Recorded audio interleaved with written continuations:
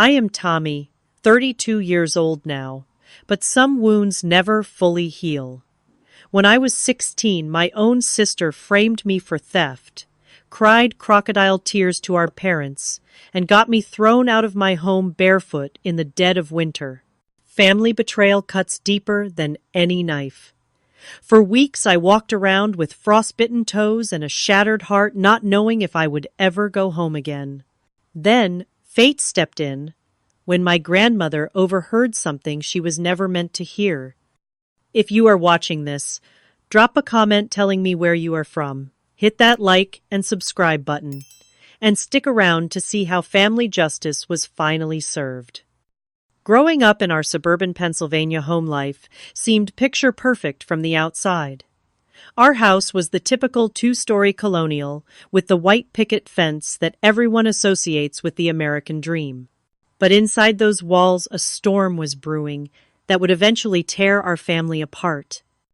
My sister Stephanie was 4 years older than me. When I was 16, she was already 20 and in her second year of college.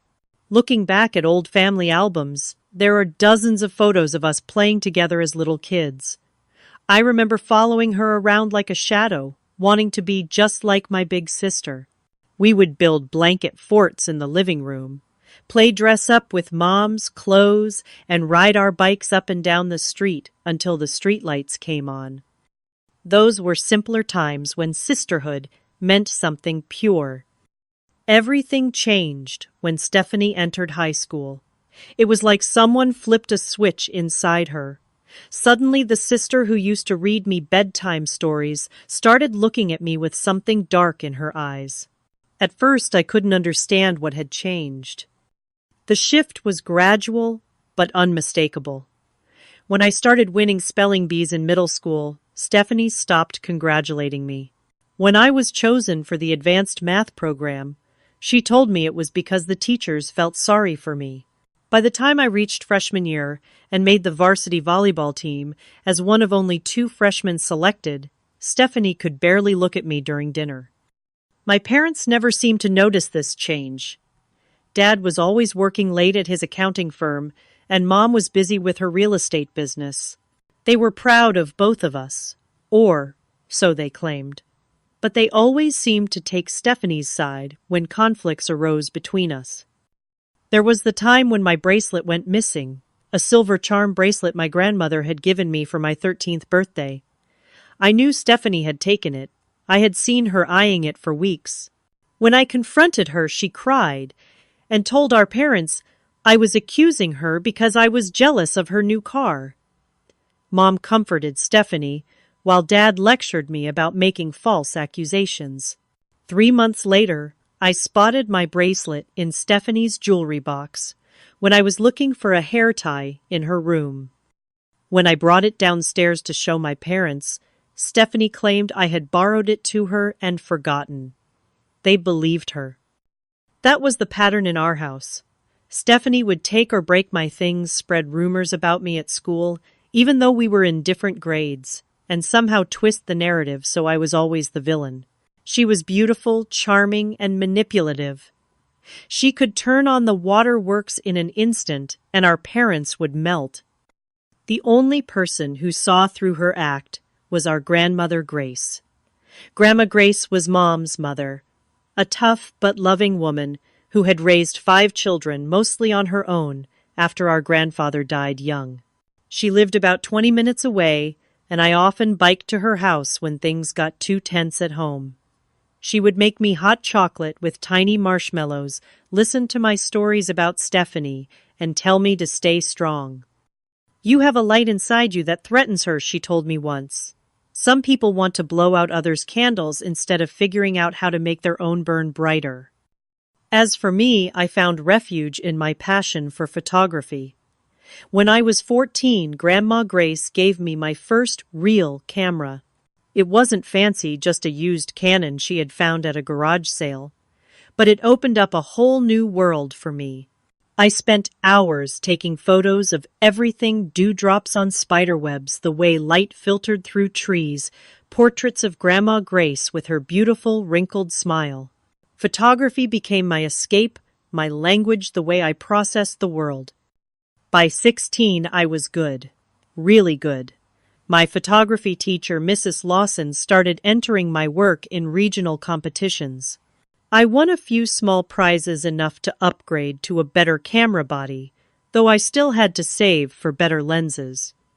More importantly, Mrs. Lawson told me about a national competition for high school photographers that offered a $20,000 college scholarship to the winner. For a kid from a middle-class family with an older sibling already in college, this could be my ticket to pursuing my dreams without burying myself in student loans. Little did I know that this competition would become the catalyst for the worst betrayal of my life. Junior year was supposed to be my time to shine. Despite the challenging dynamics at home, I was thriving at school. My GPA was a solid 3.9. I had a small but tight group of friends, and my photography was receiving recognition beyond just our school. Mrs. Lawson had started mentioning my name to contacts at art schools, and for the first time I allowed myself to imagine a future where I could actually make a living doing what I loved. But as my star rose, Stephanie seemed determined to dim my light. What had started as petty jealousy in earlier years was morphing into something more calculated and cruel. The incidents began to escalate. One morning, I woke up to find someone had spilled orange juice all over my history project that had taken weeks to complete. Another time, my favorite sweater mysteriously ended up with a bleach stain right before a school dance. Small things, but the pattern was clear. Then there were the rumors. Even though Stephanie was away at the local community college, she still had connections at our high school. Somehow stories started circulating that I had cheated on tests to maintain my GPA, that I had manipulated Mrs. Lawson into favoring my photography, that I was two-faced, talking behind my friends' backs. None of it was true, but high school is a breeding ground for gossip, and some of it stuck. My friend Leah stood by me through it all. We had been best friends since 6th grade, and she knew the real me. Our families were close, and her parents often invited me over for dinner. They could see the tension in our household, though I never told them the full extent of Stephanie's behavior. At home, the situation grew increasingly unbearable. If anything went missing, I was the first suspect. If something broke, my parents assumed I was responsible before even investigating. Stephanie had successfully established herself as the perfect daughter, while casting me as the problem child. One particularly bad evening stands out in my memory. Mom couldn't find her pearl earrings, a gift from Dad, on their 20th anniversary. Stephanie suggested looking in my room. The way she said it, so innocent yet pointed, made my stomach turn. Of course, the earrings turned up in my desk drawer, though I had never touched them. The disappointment in my mother's eyes, as she held them up, cut me to the core. I knew denying it would only make me look worse. Meanwhile, the national photography competition was approaching. The theme was resilience, something I knew a thing or two about. I had been planning my photo series for months, scouting locations and sketching compositions. The centerpiece would be a series of portraits of survivors from a local woman's shelter, their faces partially obscured to protect their identities, but their strength shining through. For this project, I needed equipment beyond what I currently owned. The biggest investment was a special macro lens that cost $700. For 2 years, I had saved every dollar from my part-time job at the local grocery store birthday. Money from relatives, even change found in couch cushions. Finally, 3 months before the competition deadline, I had enough to buy the lens. When I brought it home, I kept it in its special case tucked away in my photography bag. This lens was my ticket to creating the images I saw in my mind. Around this time, Stephanie brought home her new boyfriend, Jackson. He seemed nice enough, if a bit quiet, but I noticed something interesting the way he watched Stephanie when she would talk about me. A slight furrowing of his brow, a barely perceptible tightening of his jaw. It was clear he wasn't entirely buying the narrative she was selling. One evening, when Stephanie went to the kitchen to get drinks, Jackson turned to me and said quietly, "Your photos on the living room wall are amazing." Stephanie mentioned, "You just point and shoot, but there's obviously so much more to them." Before I could respond, Stephanie returned, and Jackson went back to being the supportive boyfriend. But that brief interaction gave me hope that someone else was starting to see through my sister's facade. Despite everything I tried to keep the peace, I didn't want to give Stephanie more ammunition or disappoint my parents further. I focused on my photography, spent time with Leah, and my other friends visited Grandma Grace as often as I could, and counted down the days until graduation when I could finally break free from this toxic environment. During one of my visits to Grandma Grace's house, I finally broke down and told her everything about the constant sabotage, the false accusations, the rumors at school, and my fears about the upcoming competition. Grandma listened without interruption, her weathered hands folded in her lap. When I finished, she took off her reading glasses and looked me straight in the eye. "Some people are so empty inside that they can only feel full by emptying others," she said. "Your sister is showing signs of something I saw in my own sister years ago. It isn't just jealousy, it's something deeper." Something in her voice scared me. "I'm worried about the competition," I confessed. "I've worked so hard, and this scholarship could change everything for me." Grandma Grace squeezed my hand. "Trust your instincts, but don't let fear stop you from shining. Maybe keep your most precious things here with me for safekeeping, just until the competition is over." I considered it, but ultimately decided against it. The thought of not having my equipment readily available with just 3 weeks to go before the submission deadline made me too anxious. Besides, even Stephanie wouldn't go so far as to sabotage something this important to my future, right? How wrong I was. The final countdown to the competition submission had begun. 3 weeks left, then 2, then just days. I had been shooting non-stop, carefully crafting my resilience series. The portraits from the women's shelter were powerful beyond what I had imagined, each image telling a story of survival and strength. I supplemented these with natural scenes that symbolized resilience: an oak tree growing stubbornly through a crack in concrete new growth, sprouting from a forest burned. The previous year, a single dandelion pushing up through asphalt. My special macro lens allowed me to capture details that transformed ordinary subjects into extraordinary images. The texture of a weathered hand, the reflection in a tear about to fall, the intricate pattern of a healing scar. This lens wasn't just equipment. It was the tool allowing me to translate my vision into reality.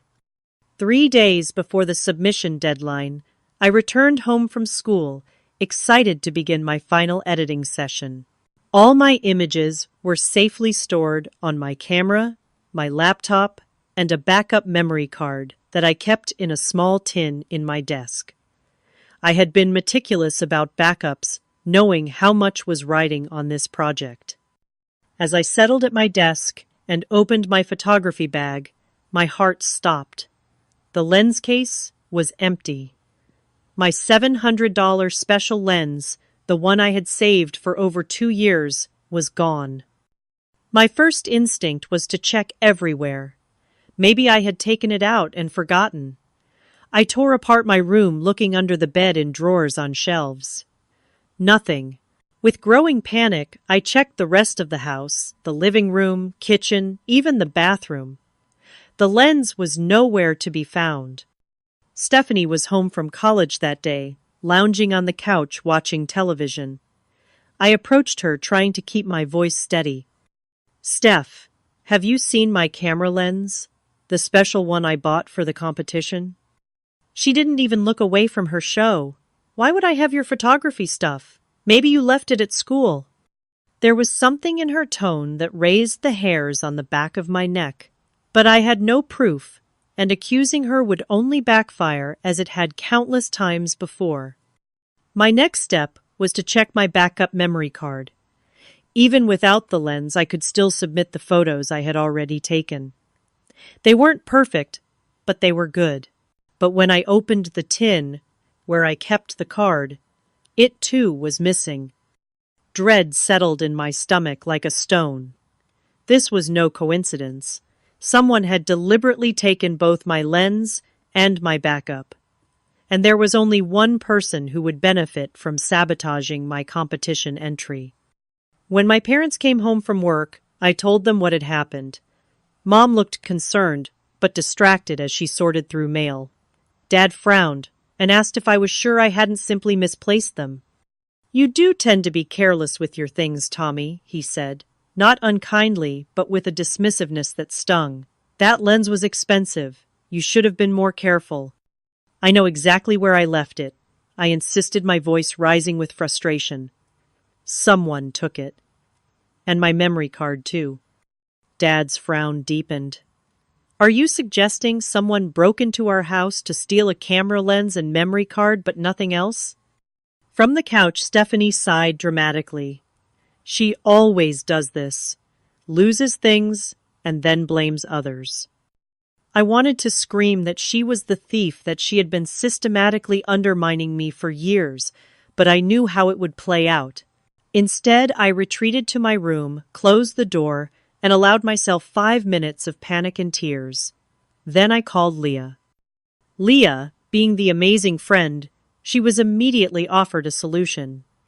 Her cousin was a professional photographer who lived an hour away. She could ask to borrow his macro lens for a few days. It wouldn't be exactly the same as mine, but it would be close enough. As for the memory card, I still had most of my images on my laptop. I would have to retake a few that hadn't been transferred yet, but it was doable. That night, I barely slept. The next morning, I skipped classes with Mrs. Lawson's permission, and Leah's cousin drove down to deliver the borrowed lens. I spent the entire day and night reshooting the missing images, then another full day editing.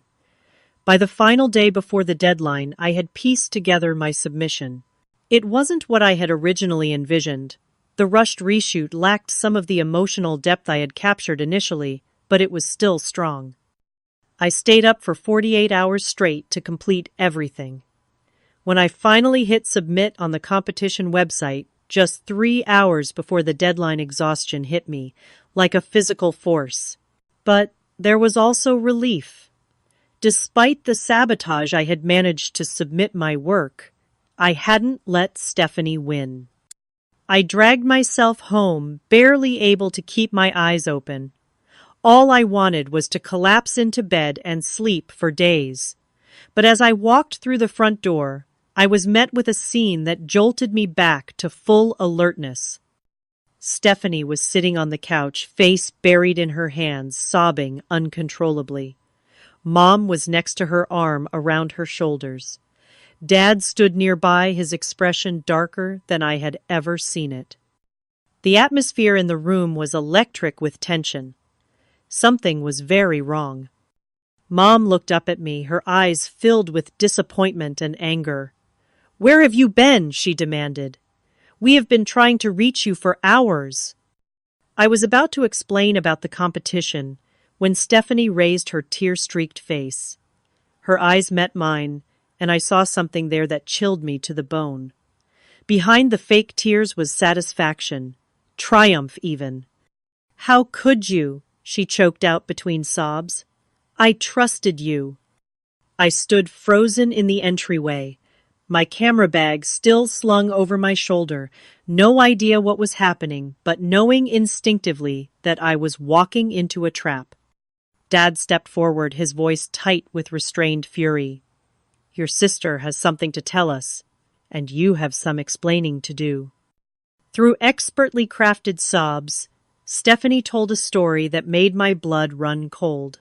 According to her, she had been saving money for a special spring break trip with her college friends, $2,000, kept in an envelope in her desk drawer. This was the first I'd heard of any such trip or savings, but my parents were nodding along as if this was common knowledge. I needed to get some papers from my desk and noticed the envelope felt light. Stephanie continued, her voice breaking dramatically. I opened it, and the money was gone. All of it. $2,000 that I saved from my campus job over the past year. My father paced the living room, his face reddening with each passing second. Mom kept rubbing Stephanie's back, murmuring comforting words. I didn't know what to say. This was clearly another setup, but one far more serious than missing earrings or a stained sweater. Shed raised the stakes to actual theft, a criminal accusation. I had nothing to do with this, I said firmly. I didn't even know you were saving for a trip. Stephanie looked up with perfect indignation. Don't lie on top of stealing. I told everyone about my Cancun trip plans at Christmas dinner. You were sitting right there. Had she mentioned a trip at Christmas, maybe vaguely, but certainly not specific savings or amounts. Yet my parents were again nodding, as if this was established fact. Then Stephanie delivered the killing blow. I didn't want to believe it was you, she said, wiping away tears. But then I found these in your photography bag when I was looking for clues. She reached beside the couch and held up several empty envelopes with dates and amounts written on them in her handwriting. My stomach dropped. She must have planted them in my bag while I was out reshooting my project. That's not mine, I protested. I never saw those before. She put them there. Dad stopped pacing and turned to me, his expression thunderous. This has gone far enough. We're going to search your room. Before I could object further, he marched upstairs with Mom following. I stood rooted to the spot, my mind racing. This couldn't be happening, but it was. The sounds of drawers opening and closet doors banging filtered down from upstairs. Stephanie remained on the couch, no longer sobbing, but watching me with an almost imperceptible smirk. You won't find anything, because I didn't take anything I said to her when our parents were out of earshot. She shrugged one shoulder. We both know the truth doesn't always matter, Tammy. It's what people believe that counts. Minutes later, my father's voice boomed from upstairs. Tommy, get up here now. I climbed the stairs with leaden feet, already knowing this wouldn't end well. My room was in disarray, drawers, pulled out belongings scattered across the bed and floor. My parents stood in front of my open closet. Mom was holding something in her hands, her expression a mixture of sadness and disgust. It was my special macro lens. The lens that had disappeared 3 days ago, that I had torn the house apart looking for, that had forced me to borrow equipment and reshoot my entire project. Somehow, it was now in my closet, tucked inside a winter boot I rarely wore. That's impossible, I whispered, staring at the lens in disbelief. I looked everywhere. It wasn't there. Dad crossed his arms over his chest. Just like you know nothing about the money. I tried to make them understand, explaining about the competition, the missing lens, the frantic reshooting, but my words seemed to bounce off them, as if they were encased in bulletproof glass. Then came the final nail in the coffin. Mom pulled a piece of paper from her pocket, a printout of what appeared to be a bank statement with my name on it, showing a deposit of $2,000 made 2 days ago. We found this in your desk, she said quietly. How do you explain this? I stared at the paper, completely bewildered. I didn't have a secret bank account. The statement was obviously fake, but it looked convincingly real with the bank logo and all the right formatting. Stephanie had gone to extraordinary lengths this time. That's not mine, I insisted, my voice rising with desperation. I don't have that account. This is all a setup. Stephanie is framing me because she doesn't want me to win the photography competition. Even as the words left my mouth, I could see they sounded paranoid and far-fetched to my parents. Why would a 20-year-old college student go to such elaborate lengths to sabotage her 16-year-old sister? But the truth was so much simpler than they realized. Stephanie couldn't stand to see me succeed, to see me potentially earn recognition and a scholarship. Her jealousy had festered for years, and now it had erupted into this elaborate scheme. The argument escalated quickly. I became increasingly frantic as I tried to make them see the truth. Dad became angrier, his voice rising to a shout. Mom started crying, saying she didn't know where they had gone wrong with me. "There's been money missing from my purse too," Mom said suddenly. "Small amounts I thought I had misplaced or miscounted. Was that you too?" "No. I would never steal from you, from anyone." "Then explain this." Dad thrust the fake bank statement in my face. "Explain the lens hidden in your closet." "I told you Stephanie planted those things. I didn't know about any money. I didn't hide my own lens. Why would I do that, when I needed it for the most important photography project of my life?" Dad slammed his hand against the wall, making me jump. "I am sick of the lies and the accusations against your sister. You have been nothing but trouble, while she works hard at college and saves her money." It was as if I was watching the scene from outside my body.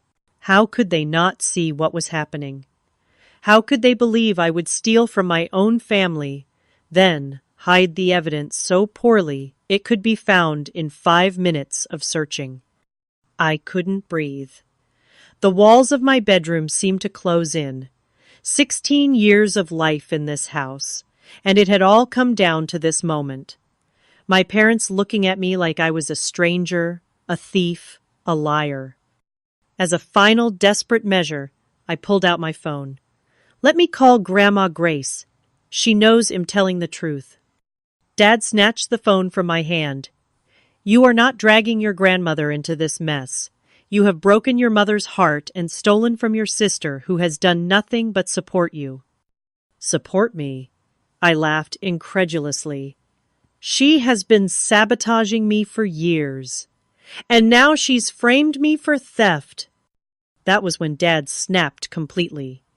"I want you out of this house," he said, his voice terrifyingly quiet. "Pack a bag and get out." Mom gasped.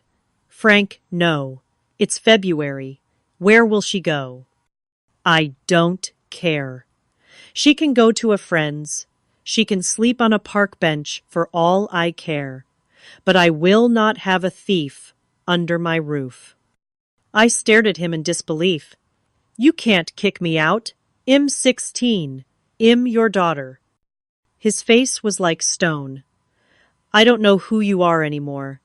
You have 15 minutes to pack essential items and leave." With that, he walked out of my room. Mom lingered, looking torn. For a moment, I thought she might defend me, might see the truth. Instead, she shook her head sadly. "Why couldn't you have been more like your sister?" she whispered, before following Dad. I stood alone in my ransacked room, my world collapsing around me. Through the open door, I could see Stephanie at the top of the stairs. She didn't say anything. She didn't need to. Her eyes said it all. She had won.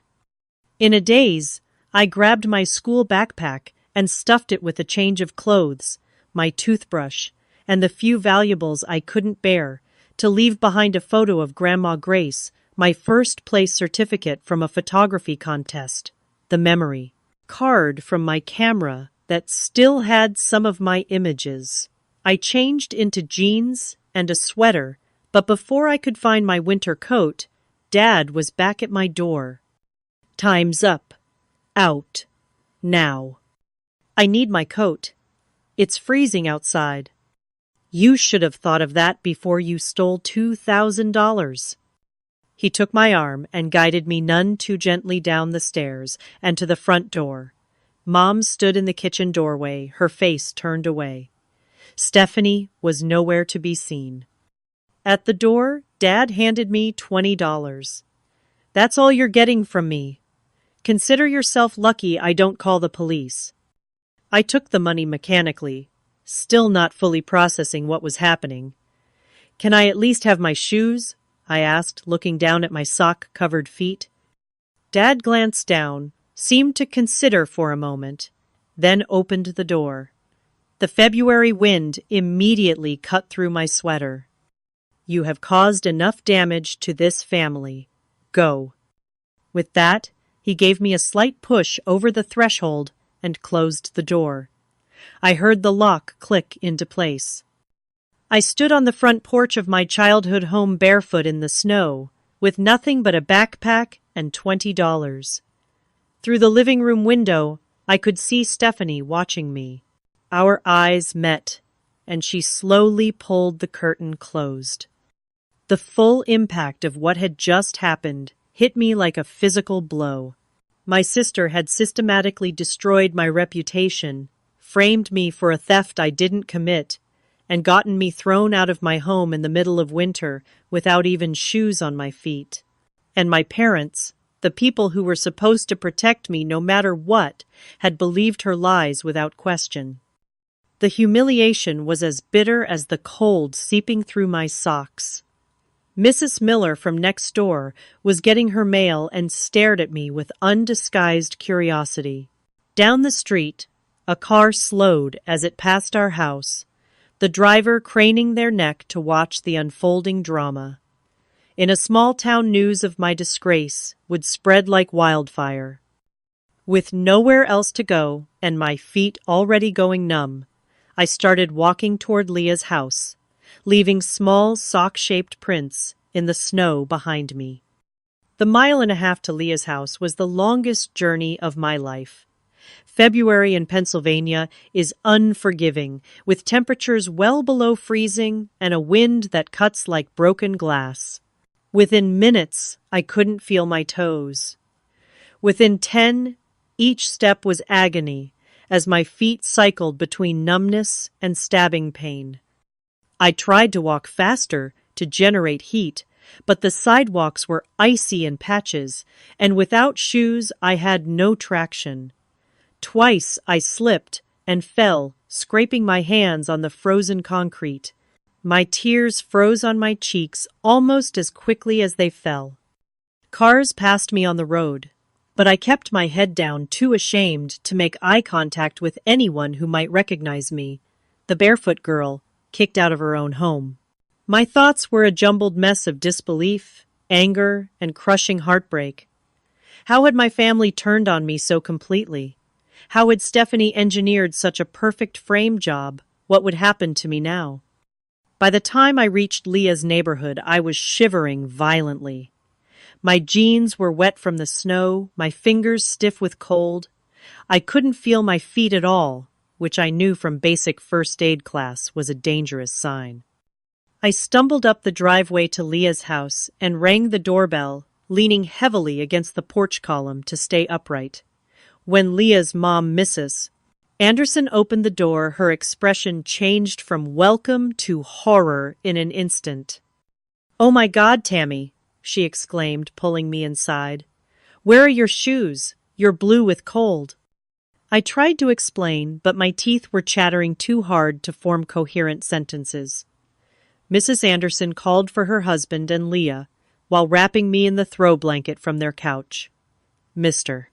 Anderson, a former Army medic, took one look at me and went into action mode. He carried me to their bathroom where he filled the tub with lukewarm, not hot water. That's when I saw my feet. They were an angry red, with white patches, the early signs of frostbite. Mr. Anderson gently placed my feet in the water, explaining that warming them too quickly could cause more damage. The pain as feeling returned was excruciating. I bit my lip to keep from crying out. Leah sat on the bathroom floor beside me, holding my hand, while her parents tended to my feet. Only when the worst of the physical crisis had passed did they ask for the full story. Through tears and with a voice that kept breaking, I told them everything.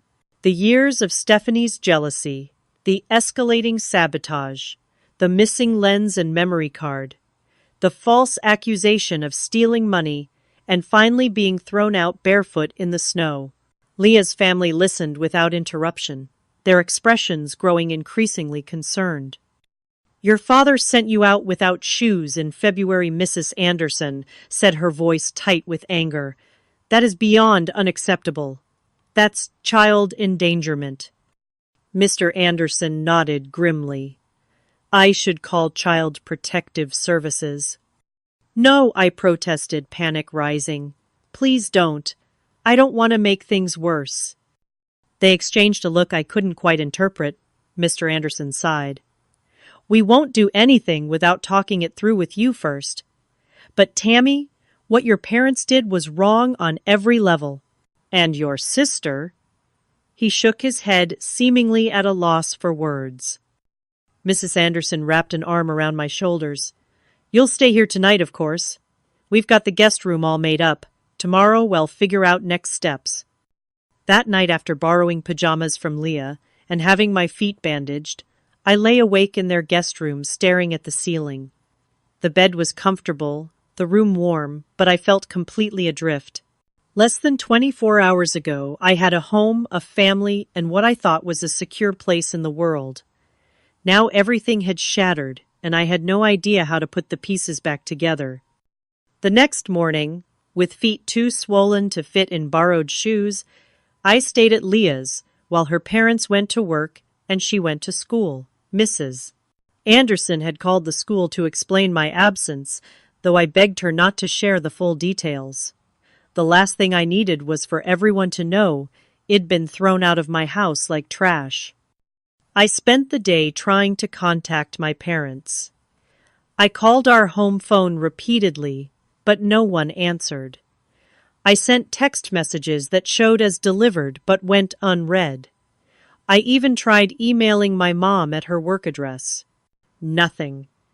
It was as if I had ceased to exist for them.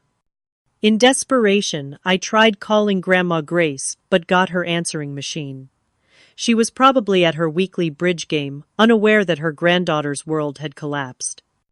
Days passed in a strange, suspended state. Leah's family was incredibly kind, insisting I stay as long as needed. Mr. Anderson drove by my house while I waited in the car, only to report that my parents had already changed the locks. My key no longer worked. Through Leah, I learned that Stephanie had told people at our old high school that I had stolen money and run away in shame. The story was spreading, damaging my reputation beyond repair. After a week, I forced myself to return to school, despite the humiliation. I needed to maintain some semblance of normalcy to keep up with my classes if I had any hope of salvaging my future. Walking through those hallways was one of the hardest things I've ever done. I could feel the stares, hear the whispers. The girl who stole from her own sister. The thief who got kicked out. What had once been a place where I excelled had become a gauntlet of judgment and speculation. Mrs. Lawson, my photography teacher, was one of the few bright spots. She didn't ask for details, but offered her classroom as a safe space during lunch and free periods. In her quiet way, she let me know she believed in me regardless of the rumors. Then came news about the photography competition. Against all odds, despite the sabotage and rushed resubmission, my Resilience series had made it to the finals. Under different circumstances, this would have been cause for celebration. Instead, it felt like a cruel joke. What good was recognition when my life was in shambles?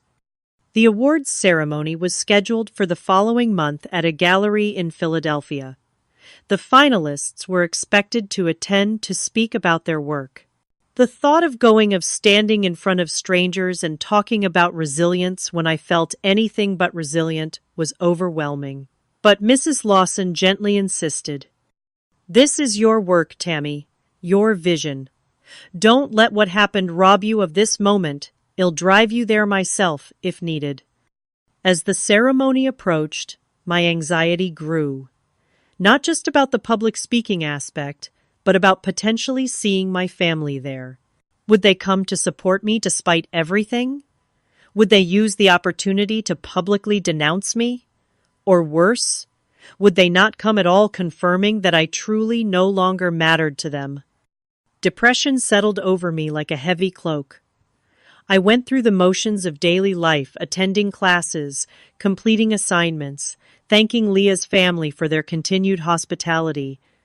But inside, I felt hollow. I had lost 15 pounds. I couldn't afford to lose the clothes I had borrowed hanging loosely on my frame. Sleep eluded me most nights, and when it did come, nightmares of being barefoot in the snow jolted me awake, heart racing. The day of the ceremony arrived crisp and clear, a perfect early spring day that seemed to mock my internal darkness. Mrs. Lawson had arranged for Leah to be excused from classes so she could accompany me. Leah's parents had bought me a simple but elegant dress for the occasion, despite my protests that they had already done too much. As we drove to Philadelphia, I stared out the window at the passing landscape, wondering how my life had veered so drastically off course. One minute I had been a normal teenager, with dreams and plans. The next I was essentially homeless, relying on the charity of my best friend's family, about to attend a prestigious photography ceremony while carrying the weight of false accusations and family betrayal. The gallery was crowded with people, photographers, judges, proud families of the other finalists. I searched the room involuntarily, looking for familiar faces. No sign of my parents or Stephanie. A mix of relief and fresh hurt washed over me. Then, as we moved toward the display of finalist photographs, I spotted a head of silver hair that I would recognize anywhere. Grandma Grace was standing in front of my photo series, studying the images with intense concentration. My heart leapt to my throat. "Grandma," I called out, my voice breaking.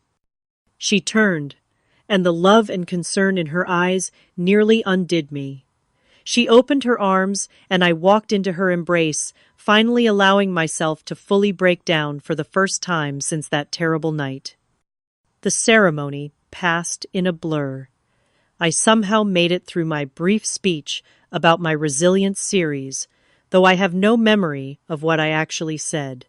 I didn't win the top prize that went to a boy from Seattle with a powerful series on homelessness, but I received an honorable mention and a smaller scholarship of $5,000. Under the circumstances, it felt like a miracle. Throughout the event, Grandma Grace sat in the front row between Leah and Mrs. Lawson, beaming with pride. The absence of my parents and sister was a palpable void, but having my grandmother there cushioned the blow. After the ceremony, as people mingled and admired the photographs, Grandma Grace pulled me aside. Her face was serious, her eyes filled with a mixture of anger and determination I'd never seen before.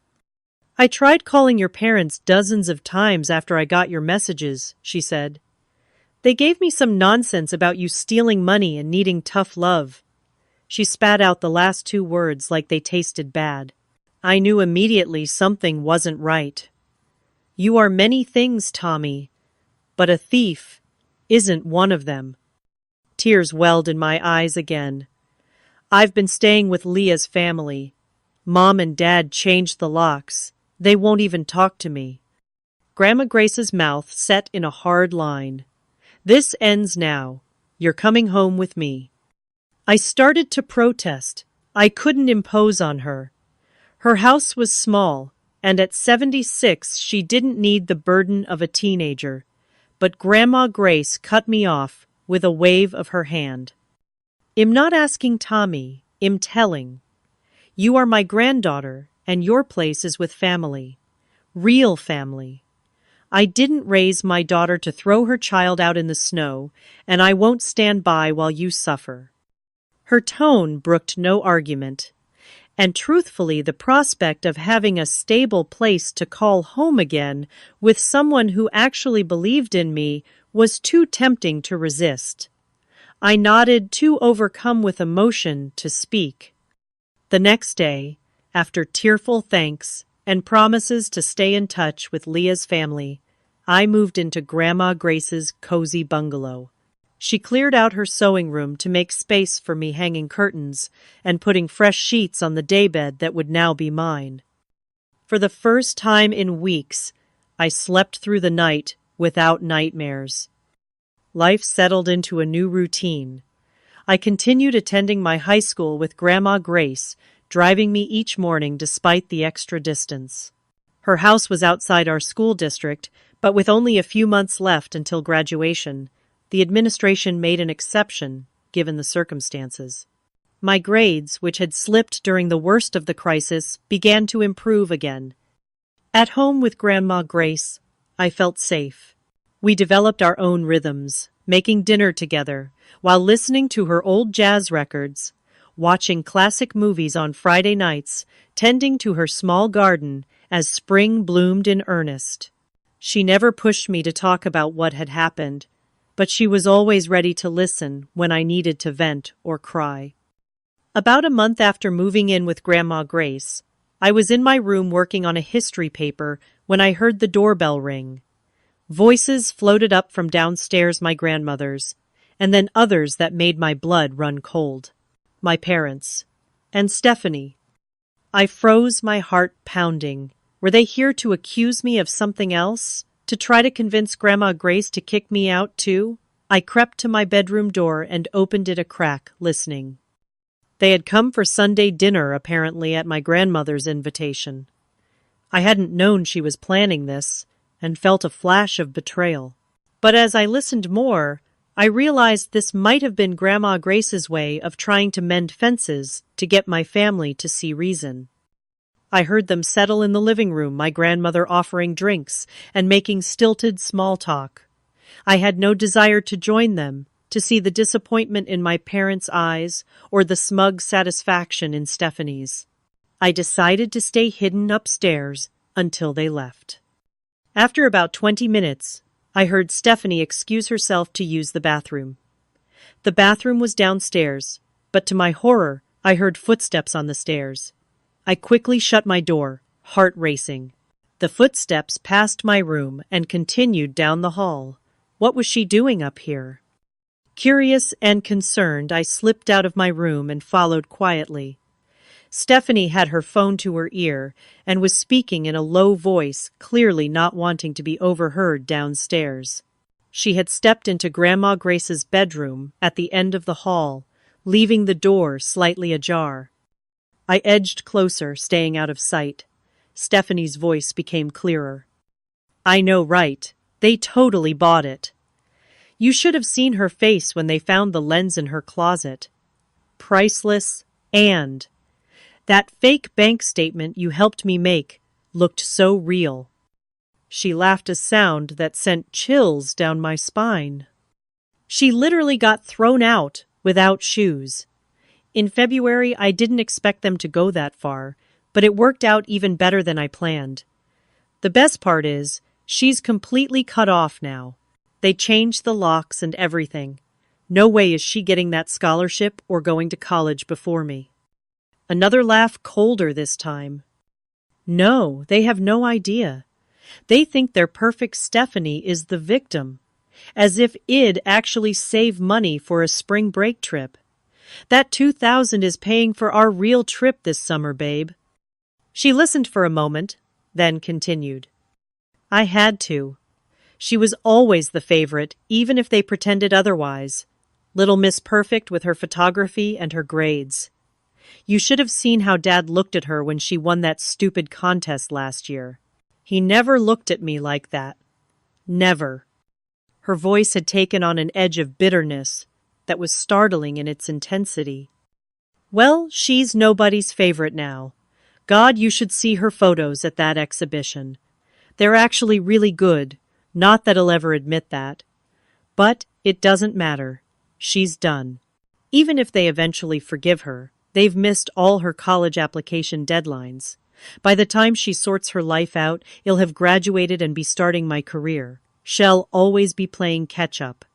I stood frozen in the hallway, a roaring in my ears. Here it was, the confession, the proof of everything I'd known but couldn't prove. The elaborate frame job, the calculated destruction of my life, all laid out in Stephanie's own words. But who would believe me? It was still my word against hers. I needed evidence. As quietly as possible, I slipped back to my room and grabbed my phone. I crept back to my listening post and hit record, praying Stephanie would repeat some of what Shed just said. I was so focused on capturing her words that I didn't notice Grandma Grace coming up the stairs until it was too late. She saw me crouched by the door with my phone out and frowned in confusion. Then she heard Stephanie's voice from inside the bedroom. Honestly, I'll kind of miss having her around to mess with, Stephanie was saying. It was so easy to take her stuff and blame her for things. Remember that time? I stole Mom's pearl earrings and hid them in Tammy's desk. She was grounded for a month. Grandma Grace's expression changed from confusion to shock, then to a cold anger I'd never seen on her face before. She stepped past me and pushed open the bedroom door. Stephanie spun around, nearly dropping her phone. Her face went from startled to panicked in an instant. Grandma, I was just looking for the bathroom. Grandma Grace crossed her arms over her chest. The bathroom is downstairs, Stephanie. And I think we both know that's not why you're up here. She started, but Grandma cut her off. I heard everything Grandma Grace said, her voice like ice. Every single word. About how you framed Tammy, how you planted evidence, how you lied about money that never existed. Stephanie's face drained of color. She looked from Grandma Grace to me, standing in the doorway, with my phone still recording, and back again. You don't understand, she stammered. I was just joking with my friend. It wasn't serious. Grandma Grace's eyebrows shot up. Joking about getting your 16-year-old sister thrown out of her home in freezing weather without shoes, about deliberately destroying her future. She took a step closer to Stephanie. That doesn't sound like any joke I've ever heard. Stephanie backed up until she hit the wall. Her eyes darted around as if looking for escape. For the first time in my life, I saw genuine fear on my sister's face. Not the fake tears or manufactured distress Shed used to manipulate our parents, but real primal fear. We're going downstairs, Grandma Grace said in a tone that permitted no argument. And you're going to tell your parents exactly what you've done. All of it. Or I will. And believe me, Stephanie, you don't want me to be the one to tell it. Stephanie looked like she might be sick. She drew herself up, a last attempt at defiance. They won't believe you. They always believe me. Grandma Grace held up her own phone. While I may not understand all this modern technology, I do know how to press record, young lady. She turned the screen toward Stephanie, showing the voice recording in progress. And unlike you, I don't bluff. The color drained from Stephanie's face completely. For a moment, I thought she might faint. Then her shoulders slumped in defeat. Without another word, Grandma Grace took Stephanie's arm and guided her firmly toward the stairs. I followed, my heart pounding so hard I could feel it in my throat. After weeks of pain and isolation, the truth was finally going to come out. But I felt no triumph, only a hollow ache for everything that had been lost. The three of us descended the stairs to where my parents waited, unaware that their world was about to be turned upside down. My parents looked up in confusion as we entered the living room, Grandma Grace leading a pale and defeated-looking Stephanie by the arm, me following a few steps behind. The pleasant family dinner atmosphere evaporated instantly. "What's going on?" Dad asked, setting down his coffee mug. "Why do you have your hand on Stephanie like that, Mom?" Grandma Grace guided Stephanie to the center of the room. Your daughter has something to tell you, something she should have told you months ago. She gave Stephanie a firm look. Go ahead. Stephanie stood silent, staring at the floor. Mom looked back and forth between them, confusion giving way to concern. Stephanie, what's wrong? Mom asked. What is this about? My sister raised her eyes, and I saw calculation there. She was still looking for a way out, a way to spin this to her advantage. But Grandma Grace had positioned herself directly behind Stephanie, her phone visible in her hand. Tell them, Grandma, said her voice, leaving no room for evasion, or I will play the recording for them right now. Stephanie took a shuddering breath. I did something bad, she began, her voice small. What do you mean? Dad asked, his brow furrowed. In halting sentences punctuated by what I recognized as strategic tears, Stephanie began to confess. She admitted to taking my lens and memory card to sabotage my competition entry. She admitted to creating a fake bank statement and planting empty envelopes in my bag. She admitted to hiding the lens in my closet where it would easily be found. But even in confession, she tried to minimize. I just wanted to mess up her photography thing. I didn't think you'd actually kick her out. Dad had gone completely still, his face unreadable. Mom had her hand pressed to her mouth, her eyes wide with horror. That's not all, Grandma Grace said firmly. Tell them why. Stephanie looked down again. I was jealous. Okay. She was going to win that scholarship and go to some fancy art school while I'm stuck at community college. Everyone always thought she was so special, so talented. I just wanted her to know what it felt like to be second best for once. Mom made a choked sound. But the money? The $2,000 you said she stole? Stephanie bit her lip. There wasn't any money. I made it up. The silence that followed was deafening. Dad stood up slowly, his face now flushed with anger, but this time it was directed at the right person. Are you telling me, he said, his voice dangerously quiet, that you deliberately framed your sister, that you lied to us, manipulated us into throwing her out of her own home for a competition? Stephanie must have sensed the tide turning against her because she made one last attempt to salvage her position. She turned to me, tears streaming now. I'm sorry, Tommy. I never meant for it to go so far. I was just angry and jealous, and it got out of hand. The apology rang hollow, especially given what it overheard upstairs. This wasn't a momentary lapse in judgment or a prank gone wrong. This was a calculated campaign to destroy my future, executed over weeks or even months. I didn't know what to say. Part of me wanted to scream at her to make her feel a fraction of the pain and humiliation it endured. Another part was simply exhausted, drained by the weeks of emotional turmoil. In the end, all I said was, "You were my sister. I looked up to you." Something flickered in Stephanie's eyes, regret, perhaps, or just recognition that her carefully constructed world was crumbling. Dad had begun pacing the room, running his hands through his hair in distress. Mom was openly crying now. We threw our daughter out in the snow, Mom whispered, her voice breaking.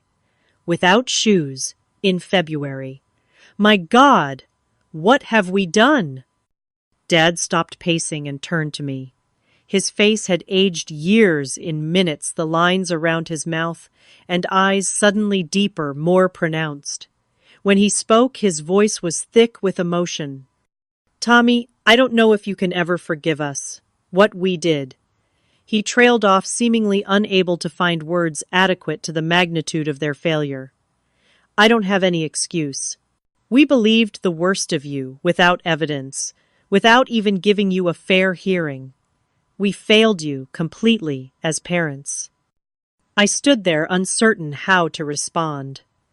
The validation of finally being believed warred with the lingering hurt of their ready assumption of my guilt. They had chosen Stephanie over me, so easily, so completely. That wound wouldn't heal with a single apology. Grandma Grace stepped in, her voice gentle but firm. I think what's important now is what happens next. Tammy has been through a traumatic experience. She needs stability, support, and time to heal. Dad nodded visibly, pulling himself together. Of course, Tommy should come home immediately. We'll make this right, whatever it takes. But Grandma Grace shook her head. I don't think that's the best solution, Frank. Not yet. Tammy has started to rebuild her life with me. She's feeling safe for the first time in weeks. Uprooting her again, putting her back in a house with Stephanie, expecting her to just pick up where she left off, that's asking too much. Mom's head snapped up. But she's our daughter. Her place is with us. Her place, Grandma Grace said evenly, is where she feels secure and valued. Right now, that's with me. I raised you better than this, Margaret. Both of you. She gestured to include Dad. I never thought I'd see the day when my own daughter would turn her back on her child, based on nothing but the word of another. Mom flinched as if she'd been slapped. I couldn't remember ever seeing Grandma Grace speak to her so harshly. What about Stephanie, Dad? Asked, looking at my sister with new critical eyes. What do we do about this? Grandma Grace considered for a moment. That's for you to decide as her parents. But there should be consequences, real ones. And she needs professional help to understand why she felt it necessary to hurt her sister so deeply. In the days and weeks that followed, a new reality took shape. I stayed with Grandma Grace to finish my junior year, the guest room becoming truly mine, as I added posters to the walls and arranged my few possessions. My parents returned my belongings box by box, personal items, clothes, my photography equipment. Each delivery felt like both an olive branch and a reminder of what had been broken. Stephanie faced consequences, finally. My parents cut off her tuition payments, telling her she would need to take a semester off to work full-time and pay back the cost of my damaged camera equipment. They also insisted she attend therapy to address her jealousy and manipulative behavior. She complained bitterly about both punishments, but for once our parents held firm.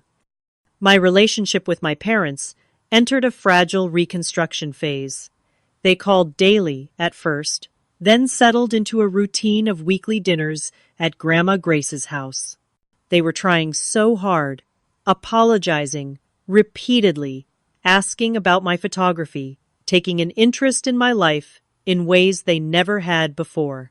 I appreciated the effort, but couldn't help noticing it had taken this dramatic rupture to make them see me clearly. As for Stephanie, our relationship remained strained at best. She offered apologies that sounded rehearsed and hollow. In private moments, I caught glimpses of the same resentment in her eyes. Some fundamental brokenness between us couldn't be easily fixed, perhaps couldn't be fixed at all. The $5,000 honorable mention prize from the photography competition went directly into my college fund, Mrs. Lawson helped me research schools with strong photography programs, and Grandma Grace promised to contribute whatever she could. The path forward wasn't easy or certain, but it existed. By the time senior year began, I had established a new normal. I transferred to the high school in Grandma's district, leaving behind the whispers and speculation. I made new friends, joined the yearbook committee, as a photographer started building a portfolio for college applications. Slowly, the nightmares about being thrown out in the snow faded. The pain didn't disappear, but it became something I carried rather than something that consumed me. Over time, I came to realize that while blood connects family members, it doesn't automatically create the bonds of trust and unconditional love we associate with family. Sometimes those bonds must be earned. Sometimes the family that truly supports you isn't the one you're born into, but the one that stands by you when everything falls apart. Grandma Grace became my rock, my safe harbor, my greatest champion. Without her intervention, I might have lost not just my home, but my sense of self, my future, my belief that truth eventually prevails. Today, 16 years later, I'm a successful photographer with my own studio. I specialize in portrait photography that captures people's authentic selves, looking beyond facades to the truth beneath. My work has been featured in galleries across the country, and last year I published my first book of photographs. My relationship with my parents healed to a point. We see each other on holidays and special occasions. They're proud of my success, though there's always a shadow between us, a memory of their fundamental failure at a crucial moment. I've forgiven them as much as I can, understanding that they too were victims of Stephanie's manipulation, though that doesn't excuse their choices. Stephanie and I maintain a distant civil relationship. She eventually graduated college, married, and works in marketing. We exchange birthday cards and see each other at family gatherings, but the closeness that should exist between sisters never returned. Some betrayals cut too deep. Grandma Grace lived to see my first gallery exhibition. She passed away peacefully 3 years ago, but not before teaching me the most valuable lesson of all, that resilience isn't just about surviving hardship. It's about maintaining your integrity and compassion even when others fail you. The 16-year-old girl who walked barefoot through the snow, humiliated and abandoned, could never have imagined the life I have now. The journey from there to here wasn't easy, but it forged me into someone stronger, more compassionate, and more discerning about where to place my trust and love. If you're going through your own dark winter right now, remember that spring always comes eventually.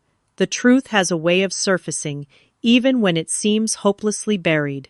And sometimes the family that saves you isn't the one you expected. Have you ever experienced betrayal from someone you trusted? How did you find your way forward? I would love to hear your stories in the comments below. And if this story resonated with you, please like, subscribe, and share it with someone who might need to hear that they're not alone in their struggle. Thank you for listening. And remember, your resilience is your greatest strength.